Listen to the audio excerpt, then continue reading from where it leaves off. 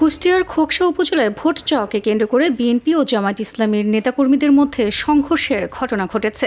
এতে উভয় পক্ষের অন্তত 7 জন আহত হয়েছেন। ঘটনাকে ঘিরে এলাকায় উত্তেজনা বিরাজ করছে।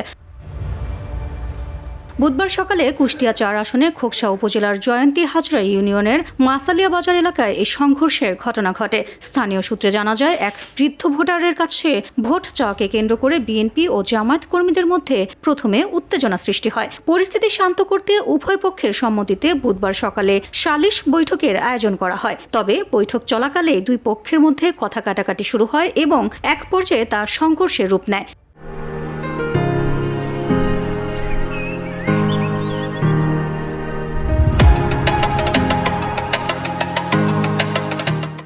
সংঘর্ষে গুরুতর আহত 7 জনকে খোকসা ও কুমারখালী উপজেলা স্বাস্থ্য কমপ্লেক্সে ভর্তি করা হয়েছে। আহতদের মধ্যে বিএনপির 4 জন এবং জামাত ও শিবিরের 3 জন কর্মী রয়েছেন।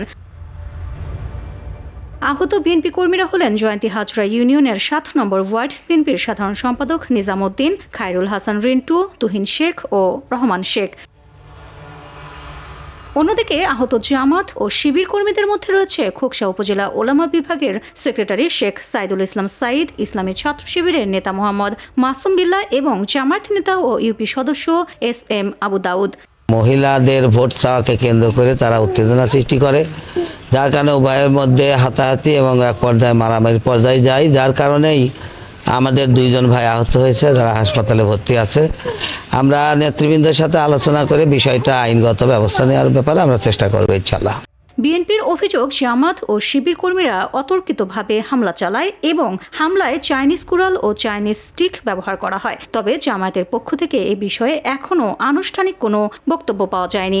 হামলা করেছে যাতে নির্বাচনে তারা কাজ না করতে পারে, নির্বাচনে যাতে যে ষড়যন্ত্ররা করছে সেই সব ষড়যন্ত্র যাতে মোকাবেলা না করতে পারে, এই জন্য আমাদের নেতাদের উপরে এরকমভাবে হামলা করা হচ্ছে। এই ঘটনায় এলাকায় অতিরিক্ত পুলিশ মোতায়েন করা হয়েছে। পরিস্থিতি বর্তমানে নিয়ন্ত্রণে থাকলেও এলাকায় থমথমে অবস্থা বিরাজ করছে। খোকসা থানার পুলিশ পরিদর্শক মোশাররফ হোসেন সত্যতা নিশ্চিত করে জানান, খবর পেয়ে ঘটনাস্থলে পুলিশ পাঠানো হয়েছে। এ বিষয়ে অভিযোগ পেলে আইনানুগত ব্যবস্থাও গ্রহণ করা হবে। VOD Bangla news desk.